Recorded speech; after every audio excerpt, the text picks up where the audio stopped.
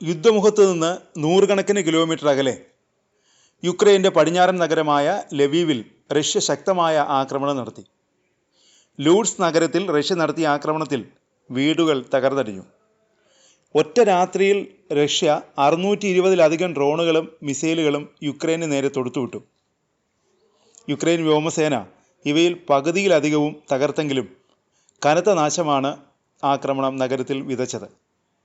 ലവീവ്, Hague, ലൂഡ്സ്ക് എന്നിവിടങ്ങളിലെ സൈനിക വ്യാവസായിക കേന്ദ്രങ്ങളിലും ഒരു സൈനിക വിമാനത്താവളവും ലക്ഷ്യമിട്ടതായി റഷ്യയുടെ പ്രതിരോധ മന്ത്രാലയം അവകാശപ്പെട്ടു.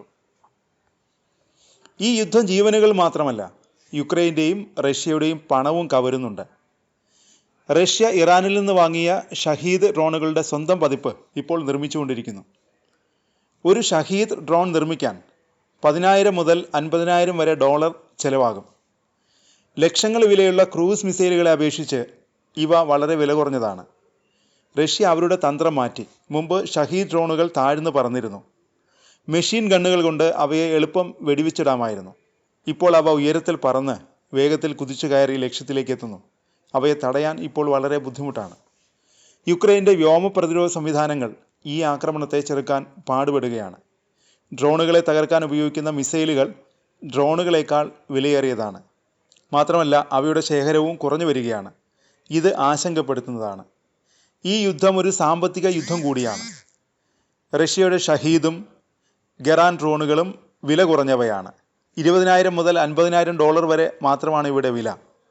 പക്ഷേ അമേരിക്കയും യൂറോപ്പും യുക്രൈന് നൽകുന്ന പ്രതിരോധ സംവിധാനങ്ങൾ വളരെ ചെലവേറിയതാണ്. ഒരൊറ്റ പാട്രിയറ്റ് മിസൈൽ 40 ലക്ഷം ഡോളർ വരെ വിലമതിക്കും. ഒരു പാട്രിയറ്റ് സിസ്റ്റം മുഴുവൻ 100 കോടി ഡോളർ വരെ ചെലവാകും. എന്നാൽ യുക്രൈന് പ്രതീക്ഷയുണ്ട്.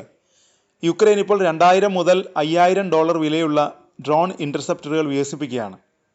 ഈ സംവിധാനം വിജയിച്ചാൽ $3,000 ഇൻ്റർസെപ്റ്റർ ഉപയോഗിച്ച് $35,000 ഷഹീദ് ഡ്രോൺ തകർക്കാം. ഇത് സാമ്പത്തിക നേട്ടമാകും. എന്നാൽ റഷ്യയുടെ ബാലിസ്റ്റിക് മിസൈലുകൾ, ക്രൂസ് മിസൈലുകൾ, ഗ്ലഡ് ബോംബുകൾ എന്നിവയെ ചെറുക്കാൻ പാട്രിയറ്റ്, ഐറിസ്-ടി പോലുള്ള വിപുലമായ സംവിധാനങ്ങൾ ഇപ്പോഴും ആവശ്യമാണ്. അതിനിടെ റഷ്യൻ വിദേശകാര്യമന്ത്രി സെർഗെയ് ലാവ്റോവ് വടക്കൻ കൊറിയയിലെത്തി. റഷ്യയെ യുദ്ധത്തിൽ പിന്തുണച്ചതിന് അവിടുത്തെ നേതൃത്വത്തെ പ്രശംസിച്ചു. റഷ്യയ്ക്ക് ആയുധങ്ങൾ നൽകുന്നതിൽ വടക്കൻ കൊറിയ ഒരു നിർണായക പങ്ക് വഹിക്കുന്നു. ദീർഘ ഹ്രസ്വദൂര മിസൈലുകളും ലക്ഷക്കണക്കിന് വെടിയുണ്ടകളും അവർ വിതരണം ചെയ്യുന്നു. റഷ്യ ഉപയോഗിക്കുന്ന 70% ആയുധങ്ങളും വടക്കൻ കൊറിയയിൽ നിന്നാണെന്നാണ് റിപ്പോർട്ടുകൾ. 16,000 കണ്ടെയ്നറുകളിൽ ആയുധങ്ങൾ എത്തിച്ചിട്ടുണ്ട്. സോവിയറ്റ് കാലത്തെ ആയുധശേഖരം ഏറെക്കുറെ തീർന്ന റഷ്യയ്ക്ക് ഈ പിന്തുണ വളരെ അത്യാവശ്യമാണ്. വടക്കൻ കൊറിയയുടെ പങ്ക് ആയുധ വിതരണത്തിൽ മാത്രം ഒതുങ്ങുന്നില്ല. അവരുടെ സൈനികർ റഷ്യയിലെ കുർസ്ക് മേഖലയിൽ യുദ്ധം ചെയ്യാനെത്തിയിരിക്കുന്നു. പക്ഷേ കനത്ത നാശനഷ്ടം കാരണം ഇപ്പോൾ മുൻനിരയിലേക്ക് പോകാൻ മടിക്കുന്നു. ഇതിനു പകരമായി വടക്കൻ കൊറിയയ്ക്ക് അവരുടെ ആണവ പദ്ധതിക്കും വ്യോമ പ്രതിരോധ മുന്നറിയിപ്പ് സംവിധാനങ്ങൾക്കും റഷ്യ സഹായം നൽകുന്നുണ്ട്.